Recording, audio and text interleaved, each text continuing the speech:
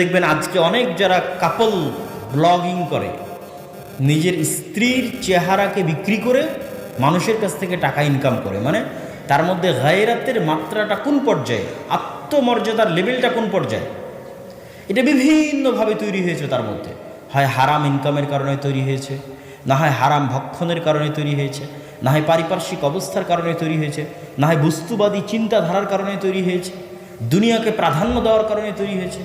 কিন্তু তার মনুষ্যত্ব, তার পার্সোনালিটি, তার ব্যক্তিত্ব শেষ হয়ে গেছে, নাই। যখন থেকে সে তার স্ত্রীকে বিক্রি করে টাকা ইনকাম করা শুরু করেছে।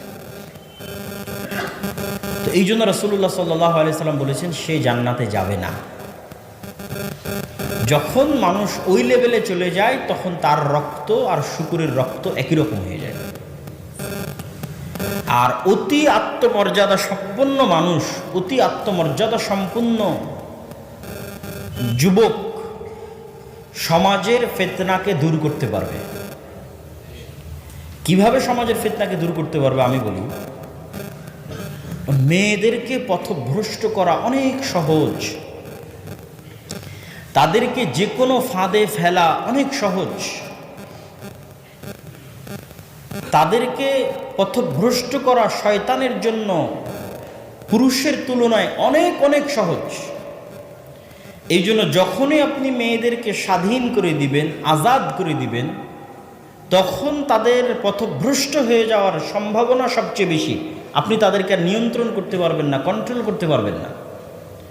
তাহলে সমাজে ফিতনা দূর করার জন্য পুরুষকে আত্মমর্যাদাশীল হতে হবে, পুরুষকে আত্মমর্যাদা সম্পন্ন হতে হবে, যে তার স্ত্রীকে, যে তার কন্যাকে, যে তার বোনকে তাদের ইজ্জত রক্ষার জন্য তাদেরকে পর্দার মধ্যে রাখবে, তাদেরকে ছেড়ে দিবে না, তাদেরকে উন্মুক্ত করে দিবে না। এর জন্য তার ভিতরে আত্মমর্যাদা থাকা লাগবে, গায়রাত থাকা লাগবে।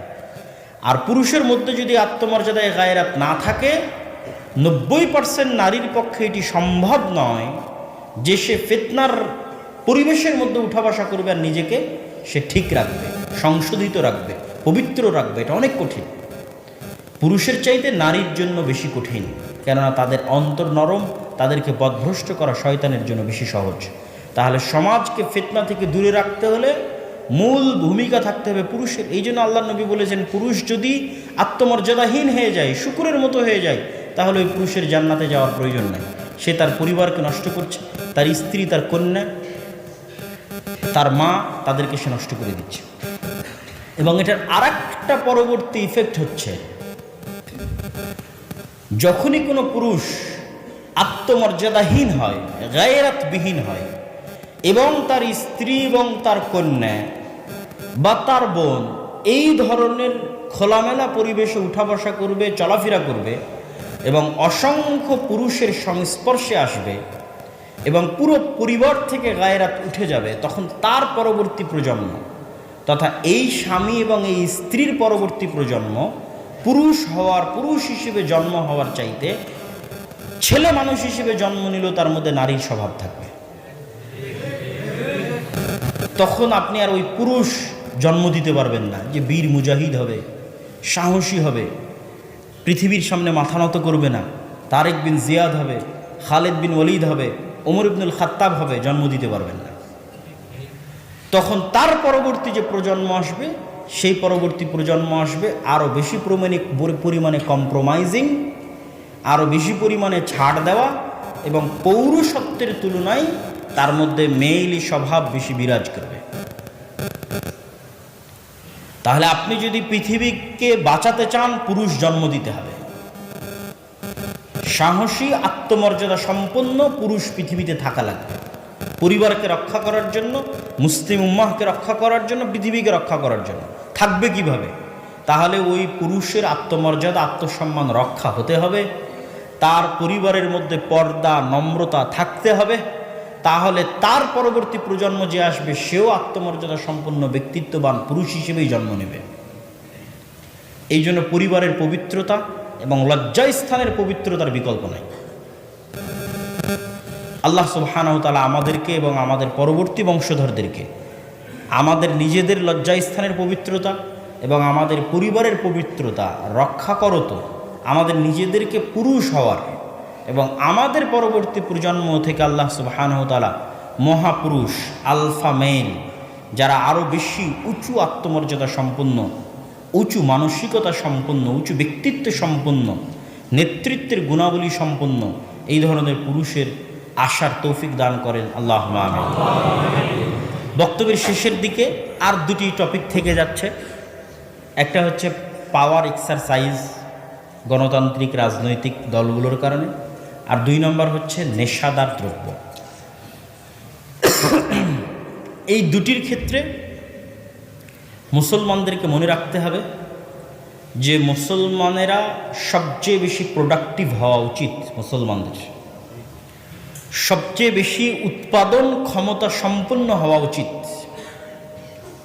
মুসলমানেরা যদি প্রোডাক্টিভ না হয়, তারা যদি উৎপাদন ক্ষমতা সম্পন্ন না হয়, তাহলে তারা পৃথিবীকে বিজয় করতে পারবে না।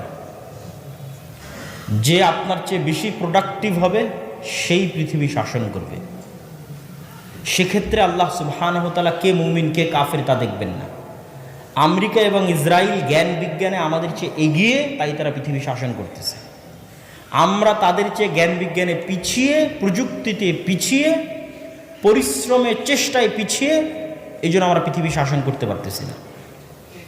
আমাদের বিশ্ববিদ্যালয় কলেজগুলোর র্যাঙ্কিং দেখেন, আমাদের ছাত্রদের যোগ্যতা দেখেন, তাদের স্টুডেন্ট তাদের ইউনিভার্সিটি কলেজের র্যাঙ্কিং দেখেন, তাদের স্টুডেন্টদের যোগ্যতা দেখেন। তাহলে পৃথিবী তারা শাসন করবে না আমরা শাসন করব? অবশ্যই তারা শাসন করবে। আর যদি বলি না আমরা শাসন করব, আমরা গোলামি থেকে মুক্তি চাই, স্বাধীন হতে চাই, তাহলে অবশ্যই প্রোডাক্টিভ হতে হবে, অত্যাধিক পরিশ্রম করতে হবে। আর অত্যাধিক পরিশ্রম করতে হলে অবশ্যই নেশা থেকে নিজেকে দূরে রাখতে হবে, অবশ্যই পড়ালেখায় ইনভেস্ট করতে হবে। আর যদি চলমান যে গণতান্ত্রিক রাজনীতি আছে, পাওয়ার এক্সারসাইজের যে কালচার আছে বাংলাদেশের ইউনিভার্সিটি কলেজগুলোতে, এগুলোই বাংলাদেশের ছাত্র সমাজের শিক্ষার মেরুদণ্ডকে ধ্বংস করে দিচ্ছে। স্বাধীনতার পর থেকে নিয়ে এখন পর্যন্ত ছাত্র সমাজের শিক্ষার মেরুদণ্ড এবং একাডেমিক ব্যাকগ্রাউন্ড ধ্বংস করে দেওয়ার জন্য এই দুইটা জিনিসই দায়ী। এক, নেশায় আসক্তি, আর 2, ক্ষমতার নেশা। ওইটা আরেকটা নেশা, আফিমের চাইতে ভয়ঙ্কর। যখন আপনি একবার রাজনীতির মধ্যে ঢুকে যান, দলের পদ পদবীর নেশার মধ্যে ঢুকে যান, হল কন্ট্রোলে রাখা, দখলে রাখা ইত্যাদি টেন্ডেন্সির মধ্যে ঢুকে যান, তখন আপনার দ্বারা আর পড়াশোনা করা, একাডেমিক ব্যাকগ্রাউন্ডে সামনের দিকে এগিয়ে যাওয়া সম্ভব নয়। তখন আমরা কি জাতিগতভাবে পিছিয়ে যাই। আমরা ওই আবার রাজনীতি করে আমাদের ক্ষমতায় যাওয়ার চিন্তা দেখতে হয়, স্বপ্ন দেখতে হয়।